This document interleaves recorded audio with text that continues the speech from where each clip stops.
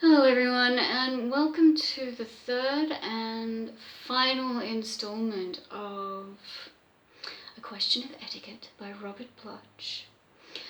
And also welcome to Reading and Drinking, Nothing, and Weird Tales. I don't have any coffee, I don't have any wine. So I'm just gonna suck up my self-pity and get straight into it. Just get it over with. Yes, okay. Well, where last we left off, young census taker that works for the US government had been invited into a witch's house. She's drugged him. Oh, wait. Yeah, she drugged him. They're off to a hillside somewhere to do some stuff, witchy stuff. Against his will, he's joined a coven. And he's number 13. Ah, yes, this is where I got this. Anyway, yeah, cool. Great. Yeah. Fantastic. So, I didn't look at the faces. They were not meant to be looked at, only dreamed. Lisa Lorini's own face was masked by exultation.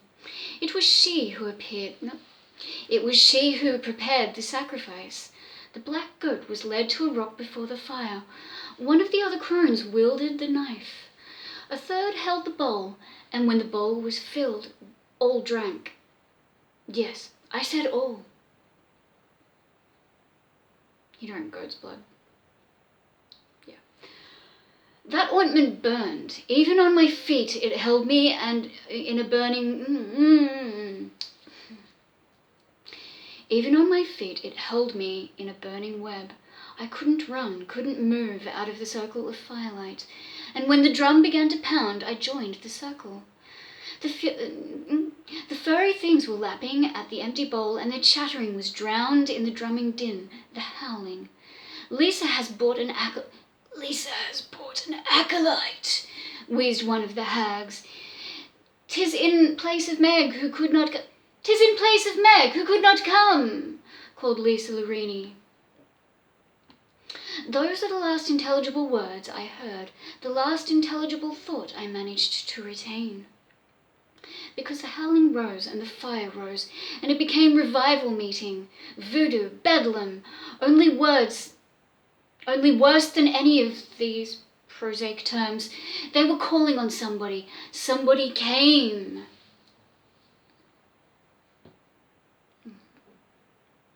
Somebody.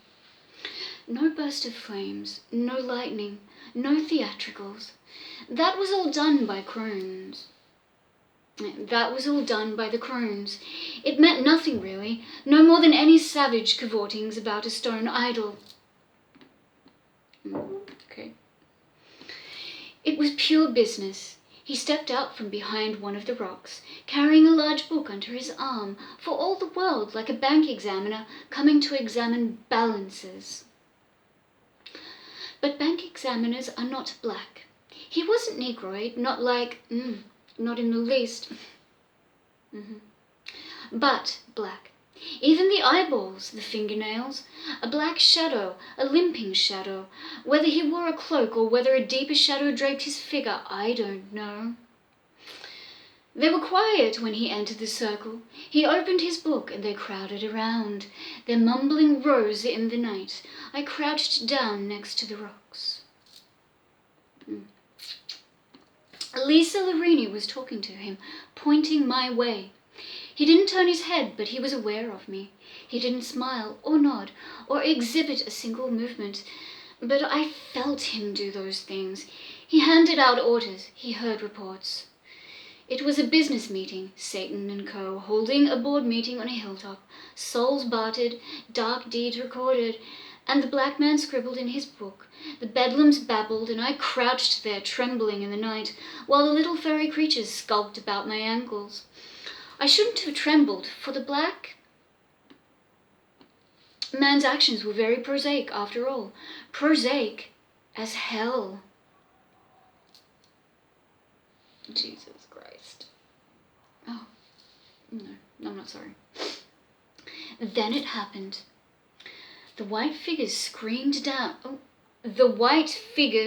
screamed down out of the dark sky. The clinging figure at its breasts dropped to the ground. There was a cry. I'm not sure if that paragraph makes any fucking sense. But if it does, I'm sorry. I don't know why I'm sorry. I just am. Meg, Meg has come! Meg, the missing witch. Yeah. They turned as she advanced, breathless. The black man spoke then. I won't attempt to set down the sound of it. Something of rusty locks and the primal grumbling of volcanoes, age and depth, mingled in a sort of loathsome hissing, as though articulate human speech could not frame the concepts of demonic thought. There are 14 at Coven. Shit. I was the only one trembling now. I wasn't the only one trembling now. They all were shaking, white jelly figures in the firelight. The voice did it. Lisa Larini whirled. She dragged me into the circle before I could attempt resistance. I thought Meg wasn't... There are 14. 14. The voice hinted, just hinted, its anger. But, there is a law. There is a punishment. The voice capitalized the words, mercy. You don't ask him for mercy. I saw it happen. I saw her clutch at her throat. When his black paw grazed her wrist, Lisa Larini writhed to the ground, wriggling for a moment like a white slug impaled on a stick, and then lay silent. The black eyes, the black pupils turned to me.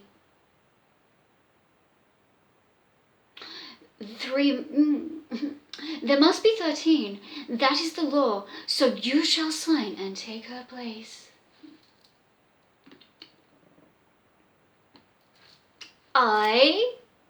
You don't question him either. Somebody was holding the bowl. Another guided my hand, opened the book he gave to her.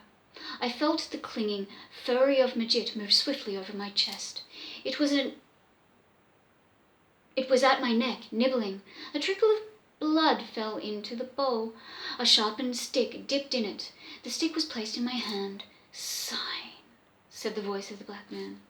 You don't disobey him, not when you hear the voice. My fingers moved. I signed. And then his black hand reached out and grabbed mine. I felt a surge, a blinding wave of redness, blackness, voice depth, wind. Something was lying on the ground now, but it wasn't Lisa Larini. I glanced at the body because it looked familiar. It was my own body that lay there. Well then.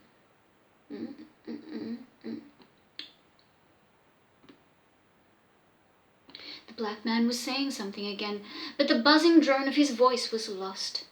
The cackling from the circle about me was lost. I unbaptize thee in the name of... Majit led me away. Majit whispered, fly. I didn't hear.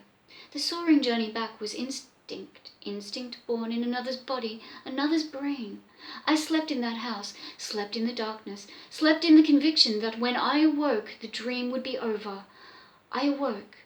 I saw the mirror. I saw Lisa Larini, witch, with my own eyes, peering out of her body.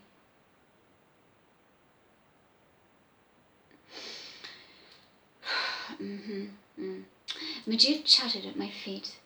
That was a week ago. Since that time, I've learned to listen to Majid. Majid tells me things. Majid showed me her books and her stock of herbs. Majid told me how to make the filters and the potions, what to keep this body of mine from aging. Majid told me how to brew the tea and compound the paste. Majid says that the coven meets again on the hilltop tonight.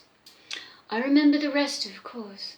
I know that now I've signed the book and taken Lisa Larini's place, I can't escape unless I use her method.